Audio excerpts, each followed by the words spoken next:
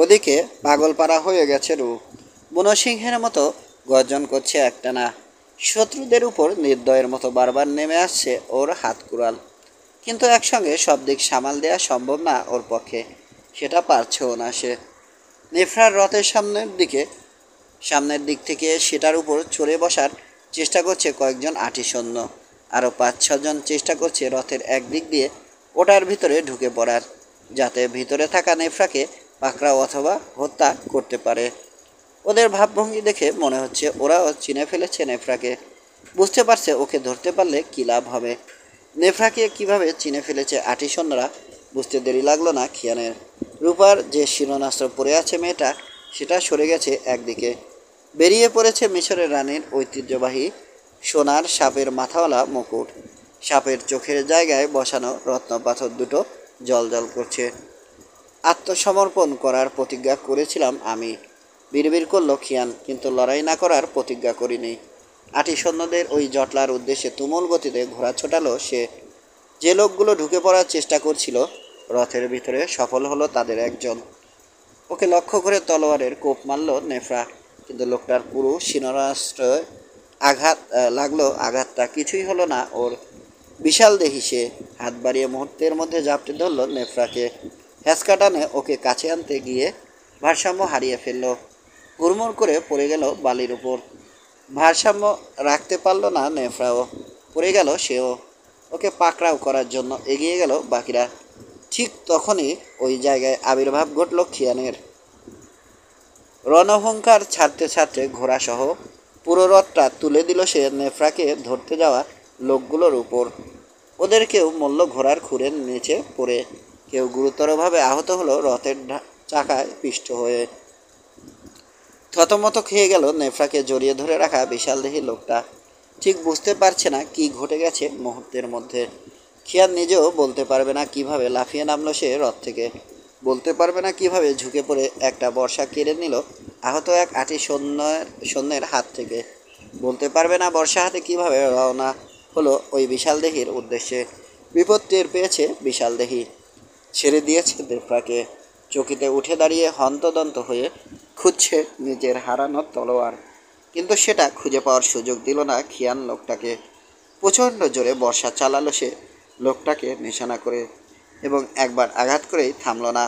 উন্মাত্তের মতো আঘাত করছে বারবার। ধারালো বর্ষার বারংবার আঘাতে কুঁজো হয়ে গেল লোকটা। যে হাতে শক্ত করে আঁকড়ে ধরে রেখেছিল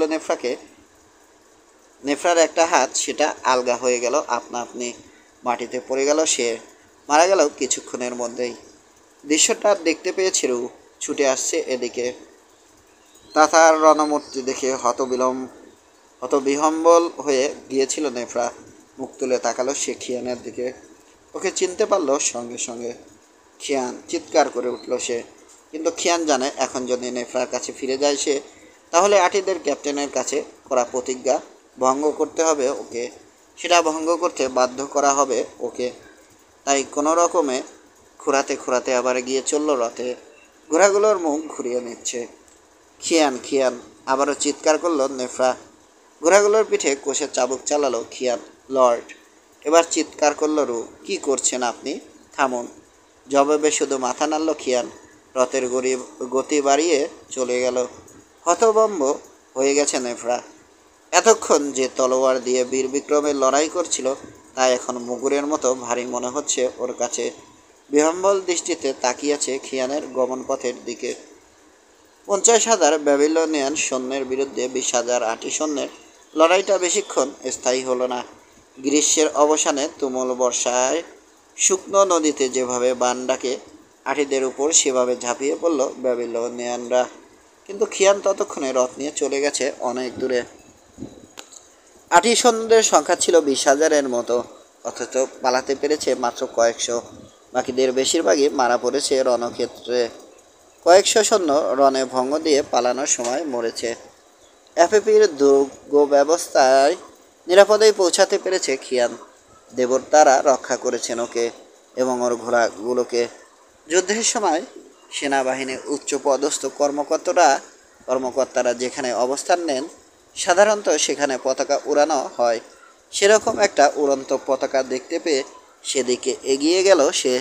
চিৎকার করে বলল, আমি যুবরাজ কিয়ান, আমি আহত, হাঁটতে পারছি না।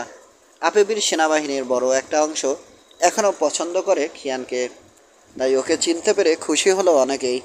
কেউ কেউ এগিয়ে এসে অভিবাদন জানালো। এরা সবাই সিরিয়ার ওর সহযোদ্ধা ছিল সিরিয়ায় ওর সহযোদ্ধা ছিল। রথ থেকে সাবধানে নামানো হলো ওকে। একটা পালকিতে করে দুর্গের ভিতরে রাজকীয় একটা কক্ষে নিয়ে গিয়ে বসানো হলো। খাবার আর মদ দেয়া হলো ওকে। সে জানতে পারল সেনাবাহিনীর সদস্যরা যে যেখানে আছে তাদের সবাইকে টেনেসি ডেকে পাঠিয়েছেন ওর বাবা, কারণ তিনি বুঝতে পেরেছেন যত শক্তিশালী দুর্গ ব্যবস্থায় গড়ে তোলা হোক না কেন, ব্যাবিলন ব্যাবিলনিয়ানদের এত বড় একটা বাহিনীর বিরুদ্ধে মিশরের সীমান্ত বেশি দিন নিজেদের দখলে রাখতে পারবে না তার বাহিনী। তাই তিনি শক্তিশালী করতে চাইছেন নিজের রাজধানী শহরকে। সেনাবাহিনীর যেসব কর্মকর্তা সিরিয়ার যুদ্ধে খিয়ানের সহযোদ্ধা ছিল, তাদের কয়েকজন ওকে সেনাপতির দায়িত্ব নিতে বলল। ব্যাবিলনিয়ানদের বিরুদ্ধে নেতৃত্ব দিতে বলল। জবাবে শুধু মুচকি হাসল খিয়ান, কিছু বলল না। ওই কর্মকর্তারা ভাবলেন যেহেতু দাঁড়াতেই পারছে না খিয়ান, সেহেতু ওর পক্ষে সেনাপতির দায়িত্ব নেওয়া অসম্ভব, তাই হ্যাঁ না কিছু বলছে না। যে ক্যাপ্টেনের কাছে প্রতিজ্ঞা করেছিল খিয়ান, সৌভাগ্যক্রমে বেঁচে গেছেন তিনি, পালিয়ে আসতে পেরেছেন। ডাকাডাকি করে সহযোদ্ধাদের জড়ো করলেন তিনি। জানালেন কখন কিভাবে গ্রেপ্তার করা হয়েছিল খিয়ানকে। শুনে এতক্ষণ যারা সেনাপতির দায়িত্ব নেয়ার ব্যাপারে চাপাচাপি করছিল খিয়ানকে, তারা দীর্ঘশ্বাস ফেলল, আর কোনো অনুরোধ করল না ওকে। খিয়ান বুঝতে পারছে আসলে কি ঘটেছিল। তা যদি বলে তা হলে সম্ভবত কেউই অবিশ্বাস করবে না ওকে। বুঝতে পারছে দুর্গের কোনো সেনা কর্মকর্তাই ওকে আটকে রাখতে চান না। সে যদি ফিরে গিয়ে ব্যাবিলনিয়ানদের সঙ্গে যোগ দেওয়ার প্রার্থনা জানায়, তাহলে তা সম্ভবত মঞ্জুর করা হবে। কিন্তু দুটো ব্যাপারের কোনোটাতেই মুখ খুলল না সে। তরতাজা ঘোড়া জুড়ে দেওয়া হলো ওর রথের সঙ্গে। সীমান্তের দুর্গগুলো পরিত্যক্ত অবস্থায় রেখে ওকে নিয়ে ট্যানিসের পথে রওনা হয়ে গেল সৈন্যরা। তাই ব্যাবিলনিয়ানরা যখন অনায়াসে দখল করে নিল সবগুলো দুর্গ, গুটি কয়েক অসুস্থ আর আহত সৈন্য ছাড়া কাউকেই পেল না ওরা। এই লোকগুলোর সঙ্গে যেন কোনো রকম অন্যায় আচরণ করা না হয় সে ব্যাপারে কঠোর আদেশ দিলেন টাও। ওদের কাছ থেকে জানা গেল যুবরাজ কিয়ান নিরাপদেই পৌঁছাতে পেরেছিল এখানে। ওকে স্বাগতম জানানো হয়েছে। তারপর অন্যদের সঙ্গে ট্যানিসের উদ্দেশ্যে রওনা হয়ে গেছে সে। ব্যাবিলনিয়ান সৈন্যরা যেখানে অস্থায়ী শিবির স্থাপন করেছে, সেখানে এক জায়গায় সেনাবাহিনীর কয়েকজন উচ্চপদস্থ কর্মকর্তা রু টেমোয়াল লেডি কেমাহকে নিয়ে নেফরার জন্য অপেক্ষা করছেন টাও। রণক্ষেত্রে হঠাৎ হাজির হয়ে কিভাবে নেফরাকে বাঁচিয়েছে খিয়ান, তা নেফরা আর রুর কাছ থেকে জানতে পেরেছেন টাও। আরও জানতে পেরেছেন যখন খিয়ানকে ডেকেছে ওরা, তখন মাথা নেড়ে ওদের আহ্বান প্রত্যাখ্যান করেছে সে। ঘোড়া ছুটিয়ে পালিয়ে গেছে। এর মানে কি খিয়ানকে আটি সৈন্যদের হাতে বন্দি অবস্থায় ছিল না? যদি বন্দি থাকবে তাহলে সুযোগ পাওয়া মাত্র ব্যাবিলনিয়ানদের সঙ্গে যোগ দেওয়ার কথা ওর। তা না করে পাগলের মতো পালিয়ে গেল কেন? এই ব্যাপারটা নিয়ে কথা বলার জন্য একত্রিত হয়েছেন তারা কয়েকজন। একসময় নেফরা যোগ দিল তাদের সঙ্গে। সেনাবাহিনীর উচ্চপদস্থ কর্মকর্তাদের প্রায় সবাই একমত, আসলেই পাগল হয়ে গেছে খিয়ান, অথবা সে একজন বিশ্বাসঘাতক। তা না হলে সুযোগ থাকার পরও, নেফরাকে দেখার পরও ব্যাবিলনিয়ানদের সঙ্গে যোগ না দেওয়ার কারণ কি? আটিদের রক্ত বইছে ওর শরীরে। যত যাই হোক, সে রাজা আপেপির ছেলে। সংকট মুহূর্তে নিজের দেশের পক্ষ অবলম্বন না করে পারেনি সে। আসলেই পাগল হয়ে গেছেন যুবরাজ কিয়ান, মুখ খুললেন কেমাহ। তা না হলে যাকে এত ভালোবাসেন তিনি, যার সঙ্গে তার বিয়ে হওয়ার কথা, তাকে ফেলে পালিয়ে যেতে পারলেন কিভাবে? আমার মনে হয় রানে নেফরার সঙ্গে দীর্ঘ বিচ্ছেদ সহ্য করতে পারেননি তিনি। খুব সম্ভব অন্য কোনো সুন্দরীর দেখা পেয়েছেন তিনি, এবং বিরহ কাতর অবস্থায় ওই মেয়েকে রানে নেফরার চেয়েও সুন্দরী বলে মনে হয়েছে তার। তাই তিনি আমাদের রানীর সঙ্গে বিশ্বাসঘাতকতা করতে কুণ্ঠাবোধ করেননি। চুপ করুন, চেঁচিয়ে উঠল নেফরা। টেমোর দিকে তাকালেন টাও। টেনিস থেকে শুরু করে মিশর আরব সীমান্ত পর্যন্ত যুবরাজ খিয়ানের সঙ্গে ছিলেন আপনি। কি মনে হয় আপনার? আসলেই কি বিশ্বাসঘাতকতা করেছেন তিনি? বিশ্বাস? জবাবে বরাবরের মতোই বলে উঠলেন টেমো, বিশ্বাস রাখুন। এতক্ষণ রাগ চেপে রেখেছিল নেফরা, এবার আর পারল না। ক্ষিপ্ত ভঙ্গিতে তাকালো উচ্চ পদস্থ কর্মকর্তাদের দিকে। রক্তের ডাক উপেক্ষা করতে না পেরে খিয়ান যদি আটিদের সহযোদ্ধা হয়ে যাবে, তাহলে হঠাৎ হাজির হয়ে কয়েকজন আটি সৈন্যকে হত্যা করার মানে কি? আমাকে যদি ভুলেই যেতে চাইবে, তাহলে আমার চরম বিপদের সময় আমাকে রক্ষা করার মানে কি? আমি যদি ওর পথের কাটাই হব, তাহলে আমাকে শেষ হয়ে যেতে দিলেই কি ভালো করতো না সে? তাও বললেন, যুবরাজ খিয়ান আর 10 জন মানুষের চেয়ে সম্পূর্ণ আলাদা। আমার মনে হয় তার পালিয়ে যাওয়ার আসল কারণটা অনুমান করতে পেরেছি আমি। তবে সেটা ঠিক না ব্যাঠিক সে ব্যাপারে নিশ্চিত হওয়ার আগ পর্যন্ত কিছু বলতে চাই না। ততক্ষণ পর্যন্ত আপনাদের সবার প্রতি আমার অনুরোধ, আমাদের ভাই টেমো যা বলেছে তা করুন, অর্থাৎ বিশ্বাস রাখুন। সেনাবাহিনীর সংরক্ষিত সৈন্যদের দ্বারা আগেই সুরক্ষিত করা হয়েছে টেনিস। মিশরের বিভিন্ন প্রান্ত থেকে অবশিষ্ট সৈন্যরা প্রতিদিনই এসে যোগ দিচ্ছে ওদের সঙ্গে। খিয়ানরাও টেনিসে পৌঁছে গেল একদিন।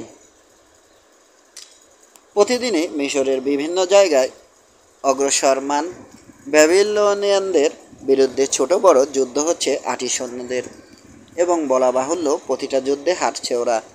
যারা মারা যাচ্ছে তাদের ব্যাপারে কিছু বলার নেই, কিন্তু যারা ধরা পড়ছে তাদের ব্যাপারে অদ্ভুত একটা কথা ছড়িয়ে পড়েছে। ওদেরকে নাকি প্রথমেই হত্যা করছে না ব্যাবিলনিয়ানরা, এমনকি ভবিষ্যতে দাস বানানোর কয়েদও কয়েদও করে রাখছে না, বরং নিরস্ত্র করা হচ্ছে ওদেরকে। যুদ্ধবন্দী হওয়ার পরও ভালো ব্যবহার করা হচ্ছে, এবং ওদের কেউ যদি প্রতিজ্ঞা করছে নেফরাকে মিশরের রানী মেনে নিয়ে ওর অধীনে কাজ করে যাবে, তাহলে তাকে নাকি মুক্তিও দেয়া হচ্ছে। নিজেদের পরাজয়ের ব্যাপারে মোটামুটি নিশ্চিত আটি সৈন্যরা। এখন নিজেদের ভবিষ্যতের ব্যাপারে গোপনে গোপনে আলোচনাও করছে অনেকে। যে ক্যাপ্টেনের কাছে প্রতিজ্ঞা করেছিল খিয়ান, তার সঙ্গে একরকম বন্ধুত্ব হয়ে গেছে ওর। ভোরে ওদের দুজনকে নিয়ে আসা হলো রাজপ্রাসাদে। খিয়ান ভেবেছিল আবার কয়েদ করা হবে ওকে পাতাল কারাগারে, কিন্তু তার বদলে যখন ওকে নিয়ে যাওয়া হলো ওর নিজের কামরায়, তখন যার পর নয় আশ্চর্য হলো সে। দাসরা আগের মতোই অপেক্ষা করছে ওর জন্য। উপস্থিত আছেন একাধিক চিকিৎসক, ওর আহত পায়ের পরিচর্যা করবেন। টানা বিশ্রামের বদলে এত লম্বা একটানা যাত্রায় অংশ নেওয়ার কারণে ফুলে উঠেছে ক্ষতস্থানটা। আবারও ফোড়া দেখা দিয়েছে কয়েক জায়গায়। গুপ্তচর আর পাহারাদারেরা অবস্থান নিয়েছে ঘরের বাইরে। খিয়ানের সঙ্গে কে কি বলছে সে খবর জোগাড় করে জায়গা মতো পাচার করে দিচ্ছে গুপ্তচররা। সতর্ক নজর রেখেছে পাহারাদারেরা, যাতে পালাতে না পারে সে। খিয়ান টের পাচ্ছে আসলে গৃহবন্দী সে। সূর্য অস্ত যাওয়ার 3 ঘন্টা পর পর্যন্ত ঘরেই বিশ্রাম নিল সে। গোছল আর খাওয়া বাদ দিয়ে বললে বেশিরভাগ সময়ই ঘুমিয়েছে, কারণ ভীষণ ক্লান্ত সে। একসময় হাজির হলেন একজন অফিসার, সঙ্গে কয়েকজন সৈন্য। এই অফিসারই 25,000 আটি সৈন্যের নেতৃত্বে ছিলেন। একটা পালকি নিয়ে এসেছেন তারা। জানালেন ওটাতে চড়িয়ে রাজা আপেপির সামনে নিয়ে যেতে হবে খিয়ানকে। অফিসারের সঙ্গে উজির এনাতো আছেন। খিয়ান খেয়াল করল শুকিয়ে গেছেন তিনি, কেমন ফ্যাকাশে হয়ে গেছে তার চামড়া। চঞ্চল 2 চোখে বারবার তাকাচ্ছেন এদিকে ওদিকে, যেন দেখছেন কোথাও কোনো আত্মতায়ী লুকিয়ে আছে কিনা। তার ঠিক পেছনেই চুপচাপ দাঁড়িয়ে আছে ধারালো চেহারার একজন মহাফেজ। লোকটাকে গুপ্তচর বলে মনে হলো খিয়ানের। ওকে এমনভাবে বাউ করলেন এনাত যে ভঙ্গিটা দেখলে কেউ বলতে পারবে না কাজটা করতে কার্পণ্য ছিল তার ভেতরে। আবার এ কথাও বলতে পারবে না বেশি শ্রদ্ধা দেখিয়ে ফেলেছেন তিনি। সোজা হয়ে দাঁড়ানোর পর বললেন, স্বাগতম যুবরাজ। শুনেছি বিভিন্ন জায়গায় অনেক ঘুরতে হয়েছে আপনাকে, রোমাঞ্চকর অনেক অভিজ্ঞতা হয়েছে আপনার। মহান ফারাও দেখা করতে চাইছেন আপনার সঙ্গে, দয়া করে আসুন আমাদের সঙ্গে। পালকিতে বসিয়ে দেওয়া হলো খিয়ানকে, সেটা বহন করছে 8জন সৈন্য। ওর পাশাপাশি পাশে হাঁটছেন অ্যানাথ, পেছনেই আছেন সৈন্যদের ক্যাপ্টেন। একটা প্যাসেজের একদিকের কোণা ঘুরতে গিয়ে একটুখানি কাত হয়ে গেল পালকিটা। হাত দিয়ে ধরে সেটা ঠিক করে দিলেন অ্যানাথ, অথবা মনে হলো পালকির গায়ে হাত দিয়ে ভারসাম্য বজায় রাখলেন তিনি নিজের। গুপ্তচর লোকটা তখন পিছিয়ে পড়েছে কিছুটা। চটজলদি খিয়ানের কানে ফিসফিস করে বললেন অ্যানাথ, সামনে ভীষণ বিপদ, শান্ত থাকবেন, সাহস রাখবেন, মনে রাখবেন সব জায়গায় আপনার বন্ধু আছে যারা আপনার জন্য মরতেও রাজি। কাছে চলে এলো গুপ্তচর লোকটা, পালকির কাছ থেকে সরে গেলেন অ্যানাথ। আর কিছু বললেন না। অ্যাপেপির সামনে হাজির হলো ওরা। নিচু একটা চেয়ারে বন পরিহিত অবস্থায় বসে আছেন তিনি, হাতে একটা নগ্ন তলোয়ার। তার থেকে কিছুটা দূরে নামিয়ে রাখা হলো পালকিটা। ওটার বাহকরা নামতে সাহায্য করলো খিয়ানকে। আপেপির মুখোমুখি আরেকটা চেয়ার দেখা যাচ্ছে, ওটাতে বসিয়ে দেয়া হলো ওকে। এক দৃষ্টিতে কিছুক্ষণ খিয়ানকে দেখলেন আপেপি, তারপর বললেন, দেখে মনে হচ্ছে বড় রকমের আঘাত পেয়েছো তুমি। কে করেছে কাজটা? আপনারই একজন সৈন্য। কি ঘটেছিল তা সংক্ষেপে বলল খিয়ান। ও, কিন্তু তুমি মিশর ছেড়ে পালাচ্ছিলে কেন? নিজেকে বাঁচাতে এবং কোনো একজনকে জিতে নিতে। অফিসারের দিকে তাকালেন আপেপি। আমার ওই 25,000 সৈন্যের নেতৃত্বে তো তুমিই ছিলে না? ব্যাবিলনিয়ানদের উপর অতর্কিতে হামলা করার কথা ছিল তোমার, পারোনি। খুন করার কথা ছিল ওদের কমপক্ষে 50,000 সৈন্যকে, পারোনি। তোমার এই ব্যর্থতার কারণ কি? কারণটা সংক্ষেপে আপেপিকে জানালেন ওই ক্যাপ্টেন। তার কথা শেষ হলে আপেপি বললেন, তোমার ব্যর্থতা ধ্বংসের দ্বার প্রান্তে নিয়ে এসেছে আমাকে। ছত্রভঙ্গ হয়ে গেছে আমার সেনাবাহিনী। এখন ট্যানিস দখল করার জন্য এগিয়ে আসছে ব্যাবিলনিয়ানরা। নিজের সাফাই গাইবার জন্য কিছু বলতে চাইলেন ক্যাপ্টেন, কিন্তু হাত তুলে তাকে থামিয়ে দিলেন আপেপি। বলে চললেন, অল্প কিছু সময়ের লড়াইয়ে কচুকাটা করার কথা মাত্র 5,000 যোদ্ধার একটা দলকে, কিন্তু তা করতে পারোনি তুমি। উল্টো নিজেদের উপস্থিতি ফাঁস করে দিয়ে ভেস্তে দিয়েছ আমার পরিকল্পনা। এখন আর বেঁচে থাকার কোনো অধিকার নেই তোমার। পরকালে চলে যাও, সেখানে গিয়ে পারলে শিখে নেও কীভাবে লড়াই করতে হয়। ইশারায় ডাকলেন অনতি দূরে দাঁড়িয়ে থাকা কয়েকজন সশস্ত্র দাসকে। সঙ্গে সঙ্গে ছুটে এলো ওরা, ঘিরে ধরল ওই ক্যাপ্টেনকে। যা বোঝার বোঝা হয়ে গেছে ক্যাপ্টেনের, তাই আপেপির কোনো কথার প্রতিবাদ করলেন না তিনি। প্রতি উত্তর দেওয়ারও চেষ্টা করলেন না, বরং খিয়ানের দিকে ঘুরে স্যালুট করলেন ওকে। বললেন, যুবরাজ, এখন বুঝতে পারছি আপনাকে আপনার প্রতিজ্ঞা থেকে মুক্তি দেওয়া উচিত ছিল আমার, কিন্তু তা করিনি। কয়েকজন দাসের হাতে মরা যদি আমার পরিণতি হয়, তাহলে আপনার কি হবে? যা হোক, কিছু বলে লাভ নেই। দেবতা অসিরিসের কাছে বিচার দিয়ে গেলাম শুধু। শুনেছি তিনি খুবই ন্যায়পরায়ণ। অন্যায়ভাবে কাউকে হত্যা করা হলে তার শোধ নেন। বিদায়। খিয়ান কিছু বলার আগেই ওই দাসরা প্রায় ঝাপটে ধরল ক্যাপ্টেনকে।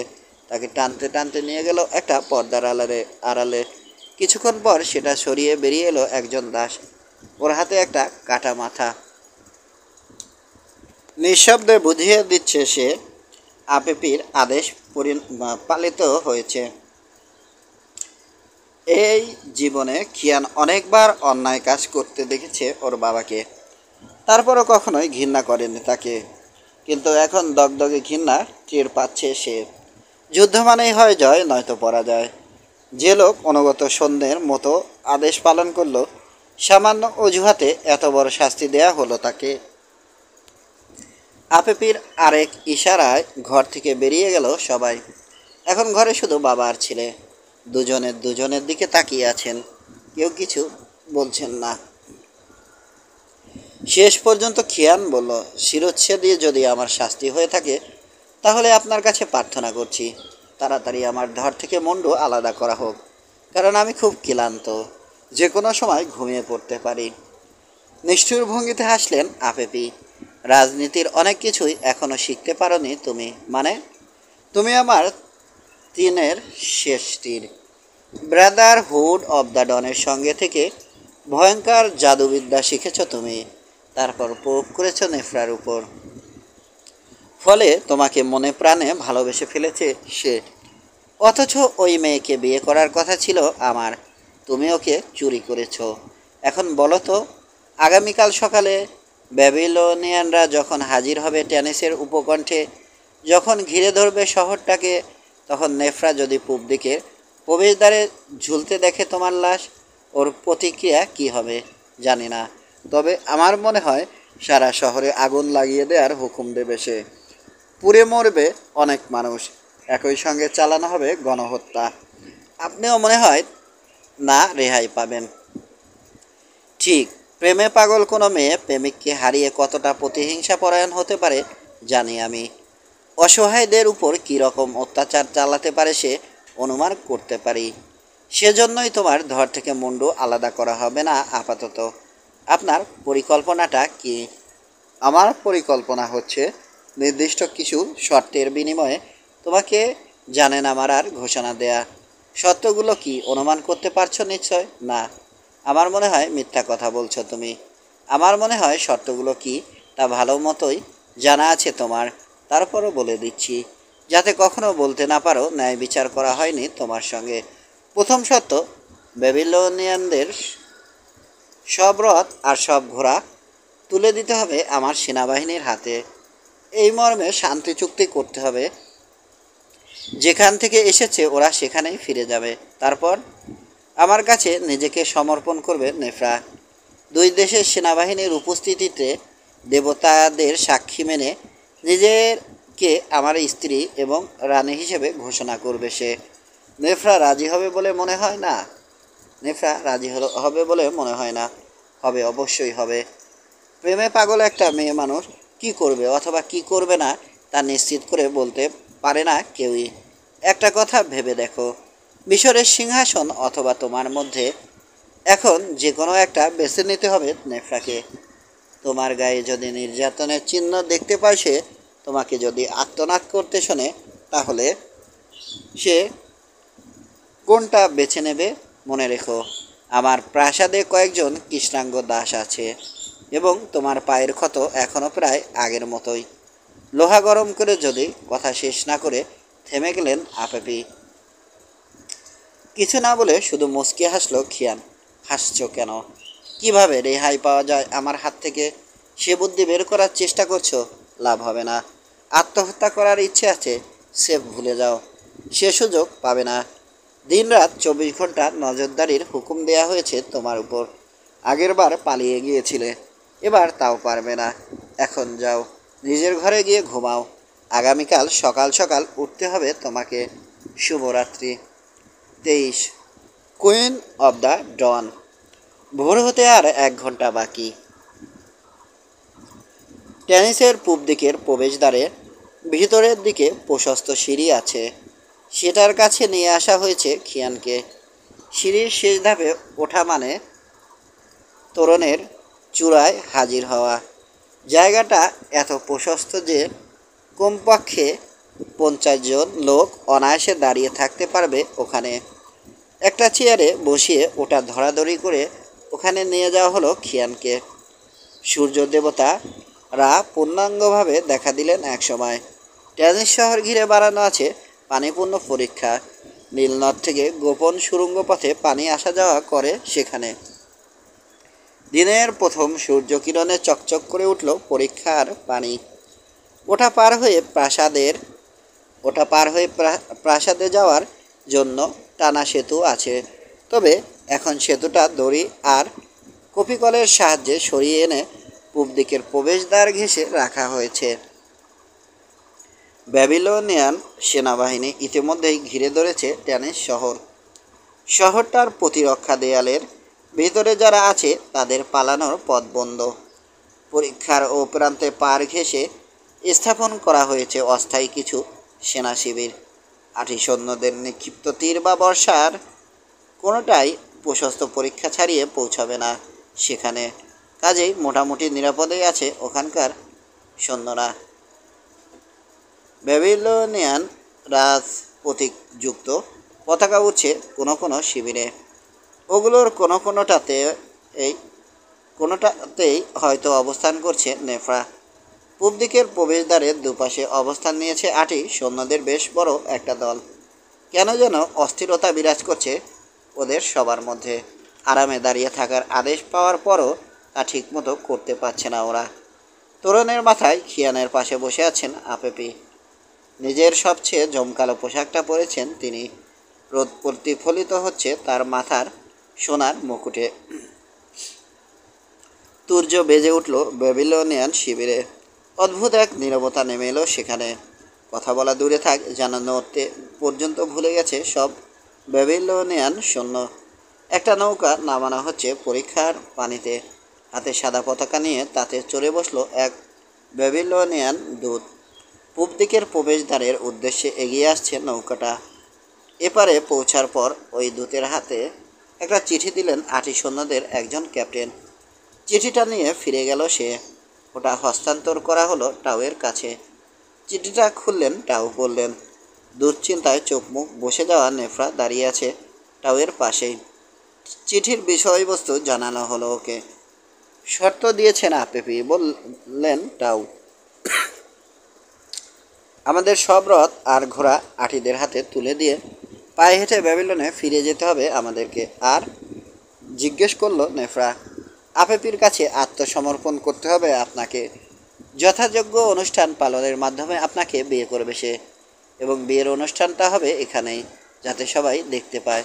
আর এসব শর্ত যদি না মানা হয়, আমাদের চোখের সামনে অত্যাচার করতে করতে মেরে ফেলা হবে যুবরাজ খিয়ানকে। এবার বলুন, আপনার জবাব কি? ছাইয়ের মতো সাদা হয়ে গেছে নেফরার চেহারা।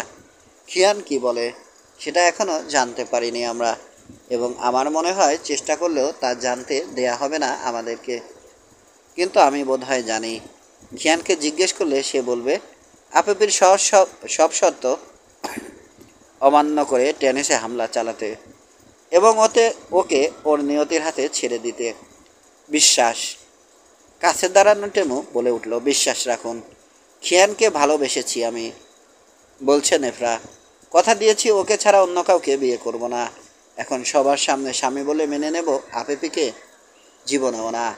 ব্যাবিলনিয়ান সেনাবাহিনীকে সম্মুখ সমরে মোকাবেলা করার সাহস হয়নি আপেপির। ইঁদুরের মতো গর্তে লুকিয়েছে সে। ওর মতো একটা কাপুরুষের সত্ত্বে রাজি হব? জীবনেও না। মরণ যদি লেখা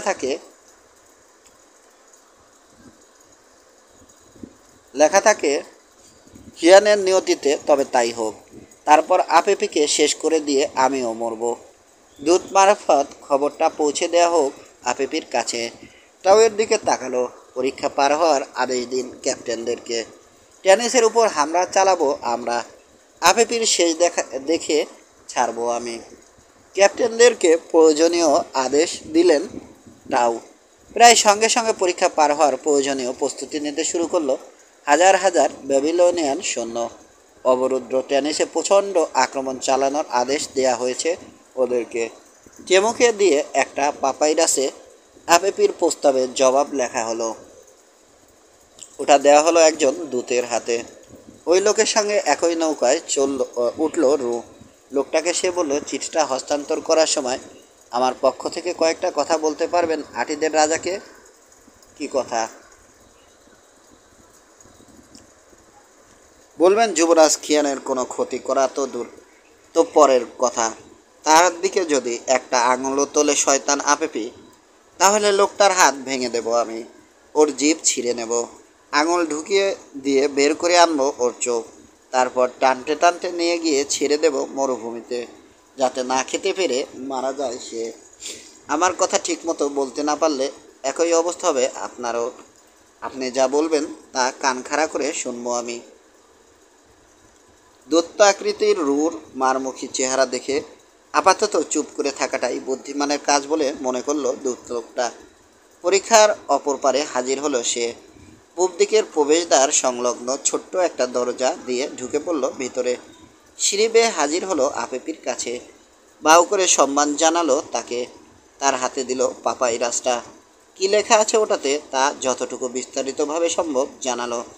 তারপর তাকে আরেকবার বাউ করে চেঁচিয়েও বলল, রু যা বলতে বলেছে তার প্রতিটা বর্ণ। তোরণটার কিনারায় চেয়ারের সঙ্গে বেঁধে রাখা হয়েছে খিয়ানকে। এমনভাবে করা হয়েছে কাজটা যে ব্যাবিলনিয়ানরা যদি আপেপিকে নিশানা করে তীর মারে অথবা বর্ষা ছুঁড়ে তাহলে সেগুলো প্রথমে খিয়ানের গায়ে লাগবে। ব্যাবিলনিয়ান দূতের মুখ থেকে নেফরার জবাব শুনতে পেয়ে খুশি হলো খিয়ান। ঘাড় ঘুরিয়ে আপেপিকে বলল, নেফরা যা বলেছে তা ঠিকই করবে। ফালতু হুমকি দেওয়ার মানুষ না সে। এবার আপনার কথা মতো অত্যাচার শুরু করুন আমার উপর।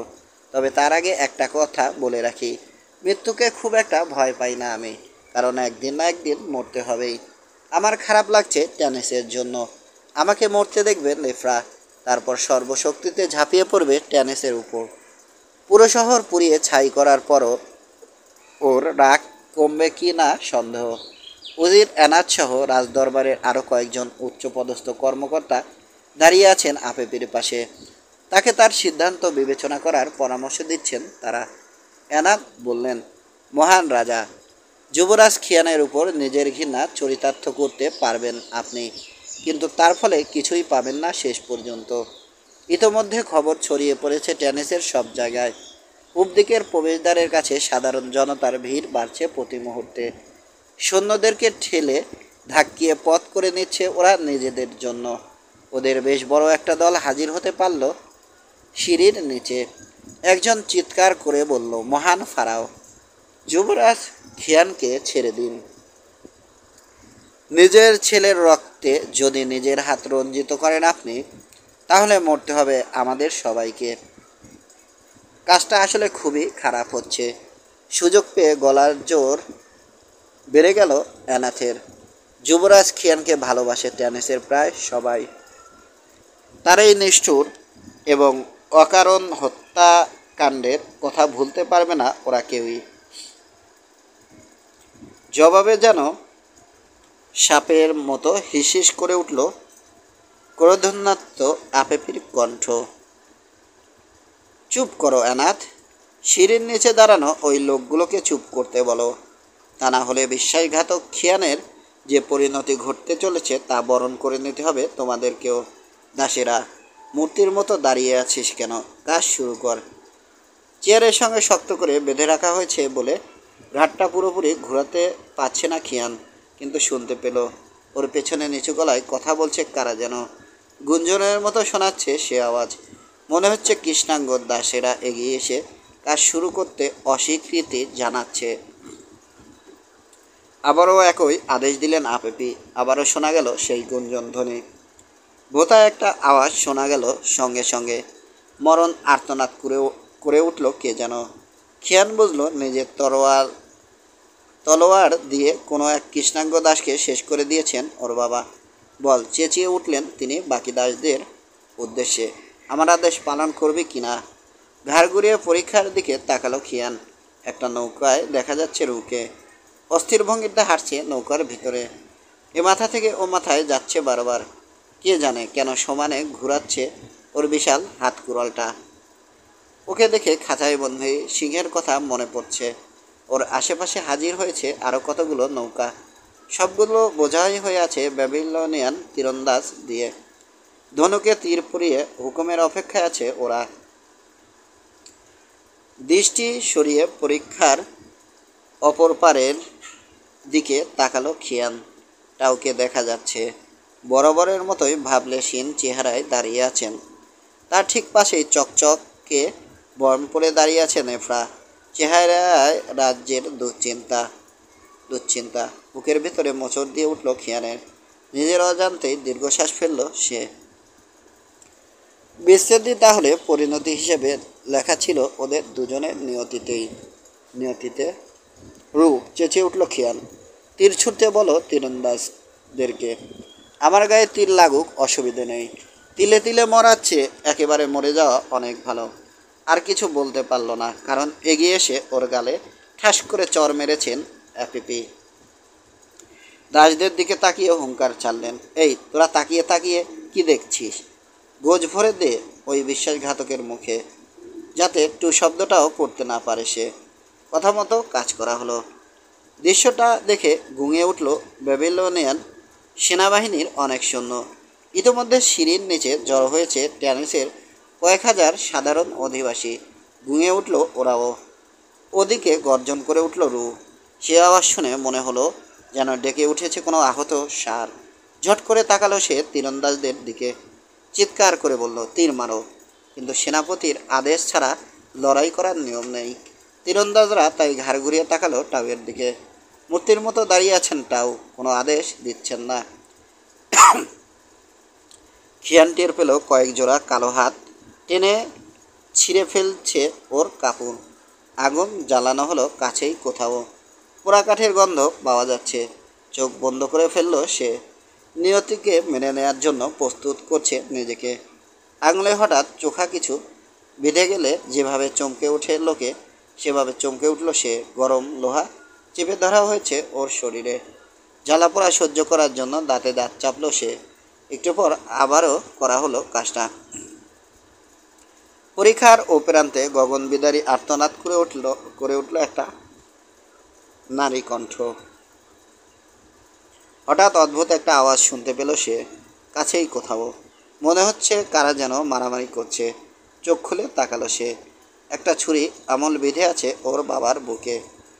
টলমল পায়ে পিছিয়ে যাচ্ছেন তিনি। তার খেয়ালই নেই আস্তে আস্তে সরে যাচ্ছে তোরণের কিনারার দিকে। বিশ্বাসঘাতক উজি। যেন দম নিতে কষ্ট হচ্ছে এমন ভঙ্গিতে বললেন তিনি কোনো রকমে, কুত্তা, সেদিন তোর শিরচ্ছেদ না করে জীবনের সবচেয়ে বড় ভুলটা করেছিলাম। হ্যাঁ ফারাও।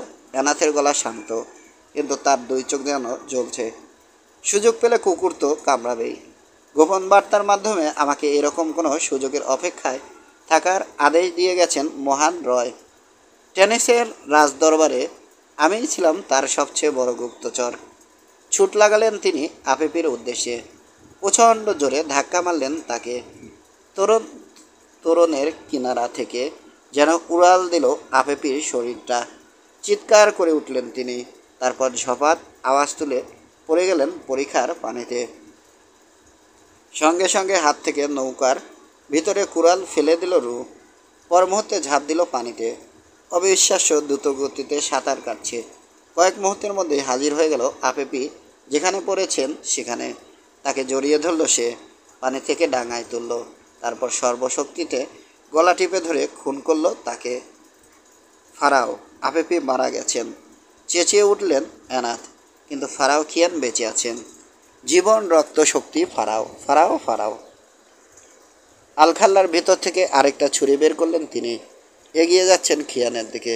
ছুরির কয়েক পোঁছে কেটে ফেললেন খিয়ানের দড়ির বাঁধন। তারপর ওর মুখ থেকে বের করে নিলেন গোজ। ছুঁড়ে ফেলে দিলেন সেটা। সিঁড়ির নিচে আরও বেড়েছে জনতার ভিড়। ওদেরকে সামলাতে পারবে না বুঝতে পেরে সৈন্যরা নিজেদের ভালোর জন্যই দূরে সরে যাচ্ছে আস্তে আস্তে। জীবন, রক্ত, শক্তি, একসঙ্গে চিৎকার করে উঠল টেনিসের অধিবাসীরা, ফারাও, ফারাও, ফারাও। সন্ধ্যা ঘনাচ্ছে। খিয়ানের আদেশ অনুযায়ী ওকে নিয়ে আসা হয়েছে ব্যাবিলনিয়ান শিবিরে, কারণ এখনও টেনিস শহরে ঢুকতে পারেনি নেফরার সেনাবাহিনী। প্রচণ্ড আক্রমণ চালানোর হুকুম দেওয়া হয়েছিল ব্যাবিলনিয়ান সৈন্যদের, কিন্তু আপেপি মারা যাওয়ায় স্থগিত করা হয়েছে সে আদেশ। পরীক্ষা পার হয়ে শিবিরে ফিরে এসেছে সৈন্যরা। লেডি কেম্মাহ আর একজন চিকিৎসক মিলে শুশ্রূষা করেছেন খিয়ানের। ওর শরীরের ক্ষতস্থানগুলো ওষুধ লাগানো হয়েছে, ব্যান্ডেজ বেঁধে দেওয়া হয়েছে বা হাঁটুর ফুলে ওঠা জায়গাটায়। কাছে দাঁড়িয়ে ওর দিকে এক দৃষ্টিতে তাকিয়ে থেকেছে নেফরা। গরম লোহা চেপে ধরায় পুড়ে গেছে খিয়ানের শরীরের কয়েক জায়গা। পোড়া জায়গাগুলোর দিকে যতবার তাকিয়েছে ততবার শিউরে উঠেছে মেয়েটা। লেডি কেম্মাহ আর ওই চিকিৎসক চলে গেছেন। তাঁবুর ভিতরে এখনও খিয়ান আর নেফরা। মেয়েটা বলল, খিয়ান, যুদ্ধের ময়দানে তখন ওভাবে পালিয়ে গেলে কেন আমার কাছ থেকে? যদি আমার কাছে ফিরে আসতে আজ এত কষ্ট পেতে হতো না তোমাকে। আমি পালিয়ে যাওয়ার আগে কি 2000 ব্যাবিলনিয়ান সৈন্য ফিরে গিয়েছিল মূল শিবিরে? হ্যাঁ, এসেছিল। তোমার ব্যাপারে ওদেরকে জিজ্ঞাসাবাদও করা হয়েছে, কিন্তু ওরা শুধু বলেছে তুমি নাকি রথসহ আত্মসমর্পণ করেছ 8 সৈন্যদের কাছে, এবং তারপর আর হামলা করা হয়নি ওদের উপর। তুমি কি বুঝতে পারছো না, কখনো কখনো নিজের বিনিময়ে অনেক লোকের জীবন রক্ষা করা যায়? খিয়ানের দিকে কিছুক্ষণ এক দৃষ্টিতে তাকিয়ে থাকলো নেফরা। হ্যাঁ পারছি, কিন্তু পালিয়ে গেলে কেন? কারণ অতর্কিতে হামলা করা 8 দলটার ক্যাপ্টেনের কাছে প্রতিজ্ঞা করেছিলাম, সীমান্তে গড়ে তোলা দুর্গগুলোয় যাব আমি, আত্মসমর্পণ করব। কথা দিলে তা রাখি আমি, তাতে নিজের যত বড় ক্ষতিই হোক না কেন, এবং সেটা জানা আছে তোমার। কিন্তু তুমি যদি মারা যেতে তাহলে আমার কি হতো? আমি মারা যাইনি প্রিয়তমা, নিয়তি মরতে দেয়নি আমাকে। নিয়তি তোমার জন্য বাঁচিয়ে রেখেছে আমাকে। খিয়ানের পাশে বসে পড়ে ওকে জড়িয়ে ধরল নেফরা। ওভাবেই ধরে রাখলো কিছুক্ষণ। তাঁবুর বাইরে থেকে আওয়াজ দিল পাহারাদার সৈন্যরা, কেউ এসেছে, কেউ এসেছে। খিয়ানকে ছেড়ে দিয়ে উঠে দাঁড়ালো নেফরা। ভিতরে ঢুকলো রু। ওর পেছনে আছেন উজির অ্যানাথ, টেনিসের রাজদরবারের কয়েকজন মন্ত্রণাদাতা এবং আটিদের সেনাবাহিনীর কয়েকজন উচ্চপদস্থ কর্মকর্তা। তাও আছেন। ষাটাঙ্গ পণিপাত করে প্রথমে খিয়ান, তারপর নেফরা এবং সবশেষে তাওকে সম্মান জানালেন অ্যানাথ এবং তার সঙ্গীরা। উঠে দাঁড়ালেন অ্যানাথ। নেফরাকে বললেন রানী এবং রাজকুমারী, আটিদের পক্ষ থেকে আমরা কয়েকজন আত্মসমর্পণ করার জন্য আপনার কাছে এসেছি। ইচ্ছা করলে টেনিস শহরের দখল নিতে পারেন আপনি। আপনার মনে যদি কোনো প্রতিশোধ স্পৃহা থাকে, ইচ্ছা করলে তা পূরণ করতে পারেন, কিন্তু আমরা আপনার কাছে ক্ষমা প্রার্থনা করছি। আমার মনে প্রতিশোধ স্পৃহা নেই, বলল নেফরা।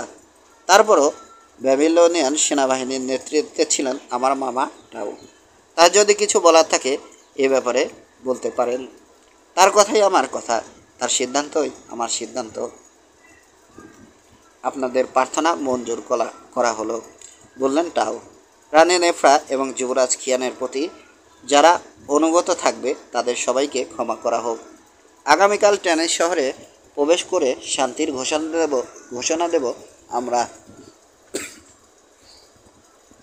খিয়ানের দিকে তাকালেন অ্যানাথ। আপনার কাছে ব্যক্তিগতভাবে ক্ষমা চাই আমি।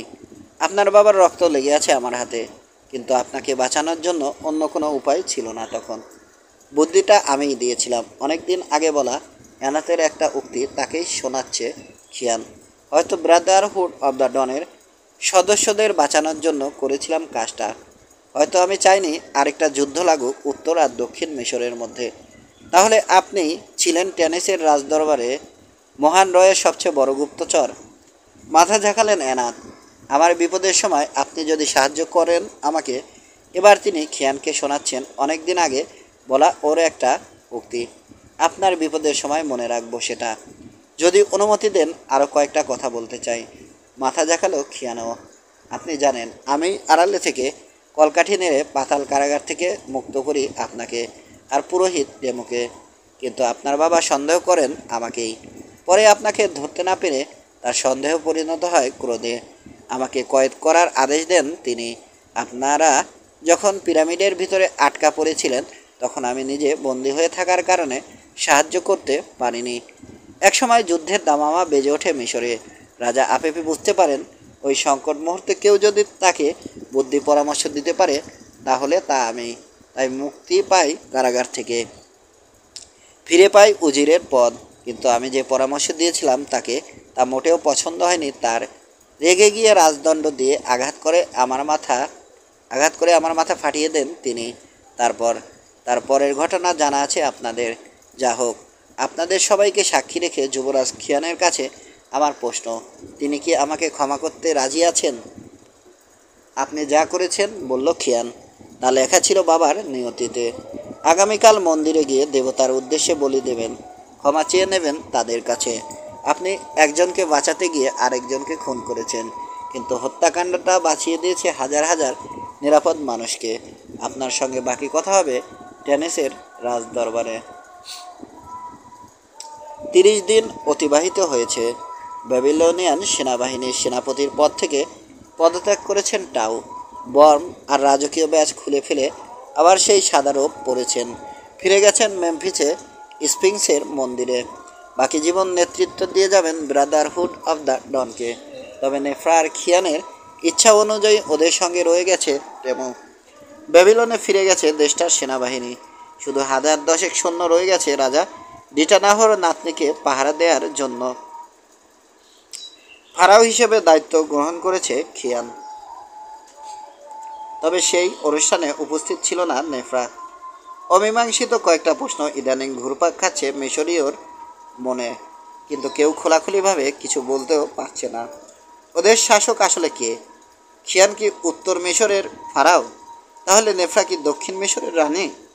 যদি তাই হয় তাহলে মিশরের ভূখণ্ডে কি করছে ব্যাবিলনিয়ান সেনাবাহিনীর 10,000 সৈন্য? ধীরে ধীরে সেরে উঠছে খিয়ান। উপযুক্ত চিকিৎসা পেয়ে ওর পায়ের ক্ষত সেরেছে বটে, কিন্তু ইতোমধ্যে সে জেনে গেছে বাকি জীবন একরকম পঙ্গু হয়ে কাটাতে হবে ওকে। শরীরের চোটের চেয়ে ওর মানসিক আঘাতটা গুরুতর বেশি। প্রথমে পাতাল কারাগারে কয়েদ হয়ে থাকা, তারপর পিরামিডের ভিতরে নজরবন্দি হওয়া, সেখান থেকে পালিয়ে আরব সীমান্তের সেনাফাঁড়িতে পৌঁছানো, আত্মত্যাগকারী 4 ভাইকে হারানো, পায়ে গুরুতর জখম নিয়ে দিনের পর দিন ফাঁড়িতে অবরুদ্ধ অবস্থায় পড়ে থাকা। নেফ্রার জন্য দুশ্চিন্তায় খিয়ানের মন তখন উথাল পাথাল। কত ঘটনা, কত বিচিত্র মানুষের জীবন, কত বিচিত্র তার নিয়তি। খিয়ান তাই আজকাল খুব মনমরা হয়ে থাকে। স্বাস্থ্য ভেঙে পড়েছে ওর। লোকজন গোপনে বলা বলি করছে মনের অসুখে ভুগতে ভুগতে শীঘ্রই মারা যাবেন ওদের নতুন ফারাও। দেশের গুরুত্বপূর্ণ বিষয় নিয়ে কথা বলার জন্য খিয়ানের কাছে যান অ্যানাথ। চুপ করে সব শোনে সে, জবাবে প্রায় কিছুই বলে না। প্রাচীন কিছু পুঁথি পড়ে ওকে শোনায় টেমো। বিশ্বাস রাখতে বলে। খিয়ানের মধ্যে কোনো ভাবান্তর দেখা যায় না। ওকে দেখতে আসে রু। নেফ্রা কীভাবে লড়াই শিখলো সে গল্প বলে। মুচকি হেসে অন্যমনস্ক হয়ে পড়ে খিয়ান। নেফ্রা আসে, বিয়ের ব্যাপারে কথা বলে। খিয়ান চুপ করে থাকে।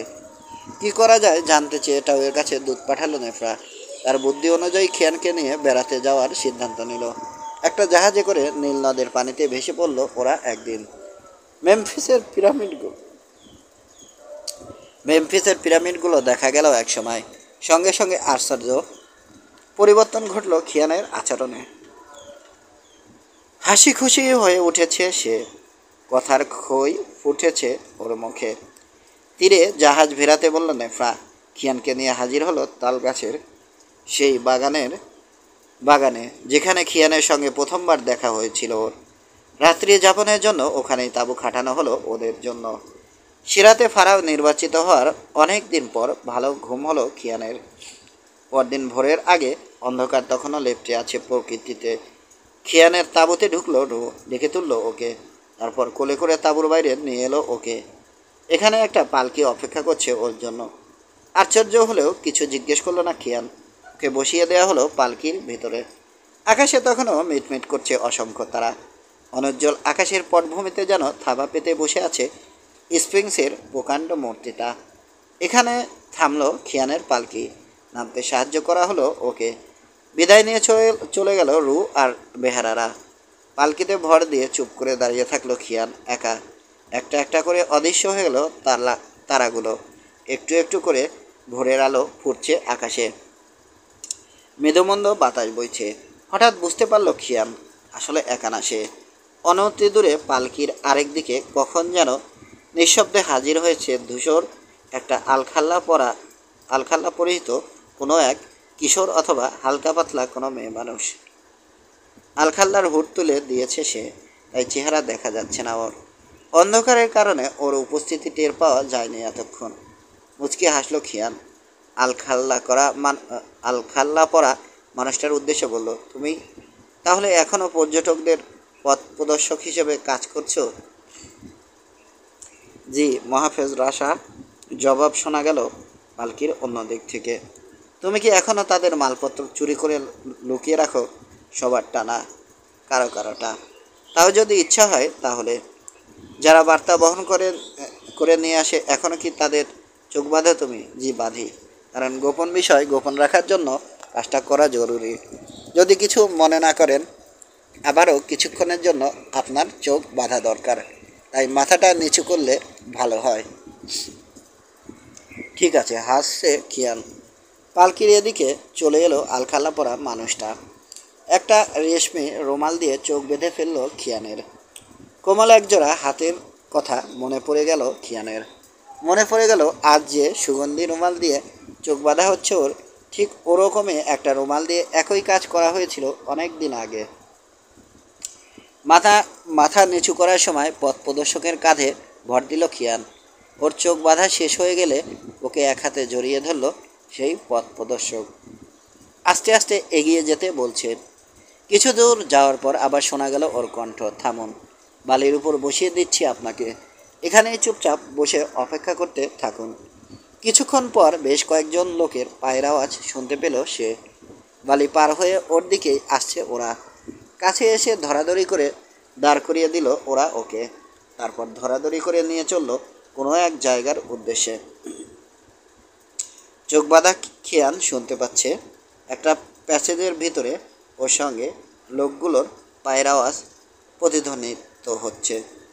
কোনো একটা কামরায় নিয়ে আসা হলো ওকে। সেখানে ওর পরনের কাপড় বদলে নিয়ে নতুন কাপড় পরানো হলো ওকে। উচ্ছিষ জাতীয় কিছু একটা পরানো হলো ওর মাথায়। কী কাপড় আর কি উচ্ছিষ পরানো হলো ঠিক বুঝতে পারলো না সে। ব্যাপার কি জিজ্ঞেস করলো, কিন্তু কেউ কোনো জবাব দিল না। ওকে নিয়ে আবারও এগিয়ে চলেছে লোকগুলো। একসময় খিয়ানের মনে হলো বড় কোনো জায়গায় হাজির হয়েছে সে। ওর মনে হচ্ছে একসঙ্গে ফিসফিস করছে অনেক লোক। একটা চেয়ারের কাছে নিয়ে গিয়ে ওকে বসতে বলল কেউ একজন। বসার পর টের পেল খিয়ান তুলতুলে গদি আটা আছে চেয়ারে, অপেক্ষা করছে সে। দূর থেকে চেঁচিয়ে উঠল একটা কণ্ঠ, সূর্য দেবতারা দেখা দিয়েছেন। নিচু গলায় স্তুতি সঙ্গীত গাইতে শুরু করলো খিয়ানের আশপাশের সবাই। সম্মিলিত মিষ্টি গুনগুনের মতো হচ্ছে গানটা। একসময় থেমে গেল ওটা। চারদিকে এখন থমথমে নীরবতা। এগিয়ে আসছে কে যেন, শরীরের সঙ্গে ঘষা খাচ্ছে ওর পরনের রোম। খসখস আওয়াজ পাওয়া যাচ্ছে।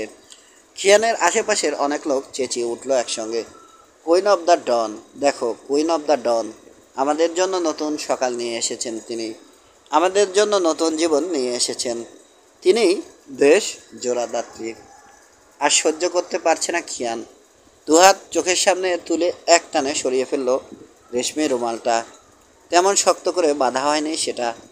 ওর সামনে ঝলমলে সূর্যের আলোয় দাঁড়িয়ে আছে নেফরা। মেয়েটা নিজেও যেন ঝলমল করছে।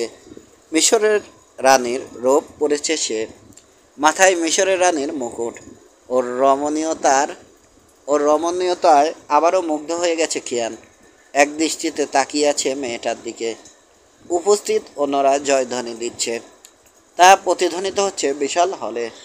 নিজের রাজদণ্ড উঁচু করল নেফরা। সঙ্গে সঙ্গে চুপ হয়ে গেল সবাই। খিয়ানের দিকে এগিয়ে এলো মেয়েটা, ওর সামনে দাঁড়ালো। খিয়ান হঠাৎ করেই টের পেল আসলে একটা সিংহাসনে বসে আছে সে। লেডি কেম্মাহর হাতে নিজের রাজদণ্ডটা দিল নেফরা। গা থেকে খুলে রাজকীয় প্রতীকগুলো দিল রুর হাতে। মুকুটটা খুলে নিল মাথা থেকে, ওটা পরিয়ে দিল খিয়ানের মাথায়। হাঁটু গেড়ে বসে পড়ল খিয়ানের সামনে। মিশরীয়দের কায়দায় সম্মান জানালো ওকে। খিয়ানের একটা হাত টেনে নিয়ে চুমো খেলো তাতে। মিশরের রানী সম্মান জানাচ্ছে মিশরের রাজাকে, বলল নেফরা। মেয়েটার দিকে আবারও এক দৃষ্টিতে তাকিয়ে আছে খিয়ান। তাজ্জব হয়ে গেছে। ব্যথা আর দুর্বলতা অপেক্ষা করে উঠে দাঁড়ালো কোনো রকমে। মুকুটটা খুলে নিয়ে পরিয়ে দিতে চাইল নেফরার মাথায়, কিন্তু মাথা নাড়ল মেয়েটা। হাত তুলে বাধা দিল খিয়ানকে। আরেক হাতে শক্ত করে জড়িয়ে ধরল ওকে, যাতে পড়ে না যায় সে। কাছেই দাঁড়িয়ে আছেন টাও, বললেন ওরা এখন দুজনে দুজনার, আজীবনের জন্য, অনন্তকালের জন্য। আজ এই মন্দিরে ওদের বিয়ে হবে। হাতে পড়ে থাকা খিয়ানের দেয়া আংটিটা দেখলো নেফরা। ওর দেয়া আংটিটা পড়ে আছে খিয়ান, দেখলো সেটাও। তারপর মাথা ঝাঁকিয়ে বলল, হ্যাঁ, আজ এই আংটি দুটোর বিনিময় হবে আমাদের মধ্যে। খাফরার পিরামিডের পাদদেশে দাঁড়িয়ে আছে খিয়ান আর নেফরা। চাঁদের আলোয় তাকিয়ে আছে ওটার দিকে। আমাদের ছুটি শেষ, নেফরা, বলল খিয়ান। আগামীকাল ট্যানেসের উদ্দেশ্যে যাত্রা করতে হবে আমাদেরকে। দেশ শাসনের দায়িত্ব তুলে নিতে হবে কাঁধে। নেফরা কিছু বলল না। মনে পড়ে একদিন এই পিরামিডের পাদদেশে এভাবে পাশাপাশি দাঁড়িয়ে এটার দিকে তাকিয়েছিলাম আমরা। মানুষের নিয়তি কি অদ্ভুত না? মাথা ঝাঁকালো নেফরা। রাজা বা রানী যাই হই না কেন, আমরা ব্রাদারহুড অব দ্য ডনের সদস্যদের মতো মানুষের সেবা করার কথা ভুলব না কখনো। না, ভুলব না। এবং টেনিসে ফিরে গিয়ে প্রথম কোন কাজটা করব আমি জানো? কোনটা? যে ক্যাপ্টেনের কাছে স্বেচ্ছায় ধরা দিয়েছিলাম, তাকে কথা দিয়েছিলাম পুরস্কারের অর্থ পৌঁছে দেব তার পরিবারের কাছে। প্রতিজ্ঞাটা পালন করব। আপনারা কি পিরামিডে চড়তে চান আবার?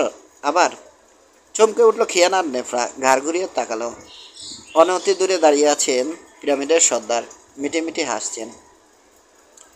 আকাশের ঝকঝকে চাঁদ, বললেন তিনি। জোরালো বাতাস বইছে না।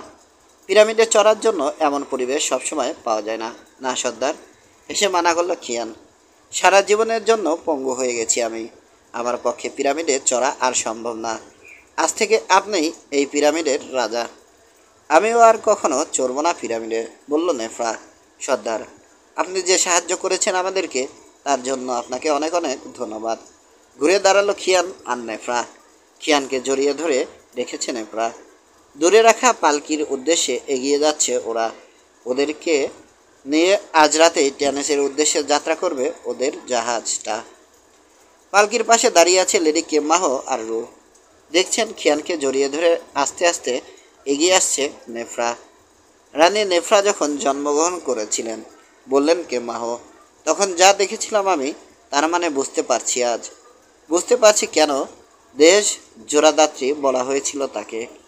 রু বলল, আমিও বুঝতে পারছি কেন ইথিওপিয়ান দেবতারা ভালো একটা কুড়াল এবং সেটা চালানোর মতো শক্তি দিয়েছিলেন আমাকে। সমাপ্ত।